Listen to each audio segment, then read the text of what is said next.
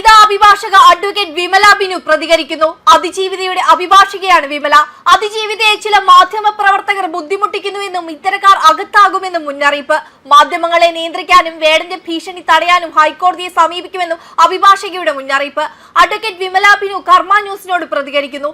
പരാതിയിലെ വിശദാംശങ്ങളും പരാതിക്കാരിയുടെ വിവരങ്ങളും ഇന്ന് രാവിലെ മുതൽ മാധ്യമങ്ങളിലൂടെ പുറത്തു വന്നതിനെ തുടർന്ന് പരാതിക്കാരി അതിഭീമാകരമായ സമ്മർദ്ദമാണ് നേരിടുന്നത്. ഇത്തരം കേസുകളിൽ അതിജീവിതയുടെ സ്വകാര്യത മാനിക്കുക എന്ന നിയമപരമായ ബാധ്യത പോലും പരിഗണിക്കാതെ ചാനൽ പ്രതിനിധികൾ എന്ന പേരിൽ ചിലർ പരാതിക്കാരുടെ താമസ സ്ഥലത്ത് കടന്നു ചെല്ലുക പോലും ചെയ്തത് അതീവ ഗൗരവകരമാണ്. ഫോണിൽ വിളിച്ചു ബുദ്ധിമുട്ടിക്കാൻ പലരും ശ്രമിക്കുന്നുണ്ടെന്നും അഭിഭാഷക പറയുന്നു. ഈ കേസിലെ പ്രതിയുടെയോ അയാൾക്ക് വേണ്ടപ്പെട്ട ചിലരുടെയോ ഭാഗത്തു നിന്നും ഇത്തരം ചില നീക്കങ്ങൾ ഉണ്ടാകുമെന്നും പരാതിക്കാരി ആശങ്കപ്പെടുന്നുണ്ട്. അത്തരം ചില വിവരങ്ങളും അവർക്ക് കിട്ടിയിട്ടുണ്ട്.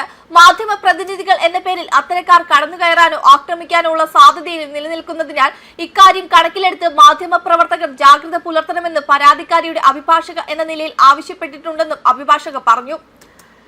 ഈ സാഹചര്യം കണക്കിലെടുത്ത് അതിജീവിതയ്ക്ക് സംരക്ഷണം തേടി ഉടൻ ഹൈക്കോടതിയെ സമീപിക്കും. സ്വകാര്യത ഉറപ്പുവരുത്താൻ കർശന നടപടി ആവശ്യപ്പെട്ട് കൊച്ചി സിറ്റി പോലീസ് കമ്മീഷണർക്ക് പുതിയ പരാതിയും നൽകുന്നുണ്ട്.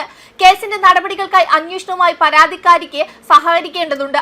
അത്തരം സന്ദർഭങ്ങളിൽ പിന്തുടരുകയോ ദൃശ്യങ്ങൾ പകർത്തുകയോ ചെയ്യാതെ മാധ്യമങ്ങൾ സഹകരിക്കണം. അല്ലാത്തപക്ഷം അത് പ്രതിയെ സഹായിക്കുന്ന സ്ഥിതിയാകും. വേടനെതിരെ മുൻപ് പരാതി ഉന്നയിച്ച മറ്റൊരു യുവതിക്ക് മാധ്യമങ്ങളിൽ നിന്ന് തന്നെ ദുരനുഭവം ഉണ്ടായിട്ടുള്ളതുമാണ്. പ്രതിയെ സഹായിക്കാൻ മാധ്യമങ്ങളുടെ ഭാഗത്തു നിന്നും ചില ശ്രമങ്ങൾ ഉണ്ടാകുന്നതായും ഇക്കാര്യങ്ങൾ കൊണ്ട് സംശയിക്കേണ്ട സാഹചര്യം ഉണ്ടാകുമെന്നും അഡ്വക്കേറ്റ് വിമല ബിനു കൂട്ടിച്ചേർത്തു.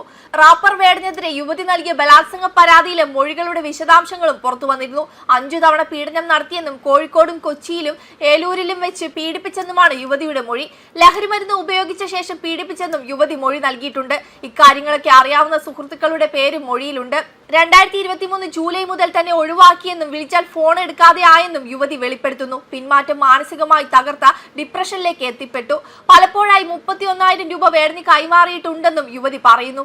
ഇവരുടെ അക്കൗണ്ട് ജിപേ വിവരങ്ങളും യുവതി ഹാജരാക്കിയിട്ടുണ്ട്. ജാമ്യമില്ലാ വകുപ്പ് ചുമത്തിയാണ് പോലീസ് കേസെടുത്തിരിക്കുന്നത്. 2021 ഓഗസ്റ്റ് മാസത്തിലാണ് വേടനുമായി പരിചയപ്പെടുന്നത്. വേടന്റെ ആൽബങ്ങളും പാട്ടുകളും കണ്ട് ഇൻസ്റ്റാ പേജിലൂടെ മെസ്സേജ് അയക്കുകയായിരുന്നു. പരിചയപ്പെടണമെന്ന് ആവശ്യപ്പെട്ടതനുസരിച്ച് കോഴിക്കോട് താൻ താമസിച്ചിരുന്ന സ്ഥലത്ത് വേടനെത്തി. അവിടെ വെച്ച് അനുമതിയില്ലാതെ തന്നെ ചുംബിച്ചുവെന്ന് യുവതിയുടെ പരാതിയിൽ പറയുന്നു. പിന്നീട് ബലാത്സംഗം ചെയ്തു. ഇവിടെ 3 ദിവസം താമസിച്ചിരുന്നു. ഇത്തരത്തിൽ 5 തവണ തന്നെ ബലാത്സംഗം ചെയ്തെന്നാണ് യുവതിയുടെ മൊഴി. വേടനുമായി സാമ്പത്തിക ഇടപാടുകൾ ഉണ്ടായിരുന്നു. 2021 മുതൽ 2023 വരെയുള്ള കാലയളവിൽ തന്റെ പക്കൽ നിന്നും 31,000 രൂപ വേടൻ വാങ്ങിയിട്ടുണ്ട്. ഇതിന്റെ തെളിവുകളും ഹാജരാക്കിയിട്ടുണ്ട്. വെബ് ഡെസ്ക് കർമ്മ ന്യൂസ്.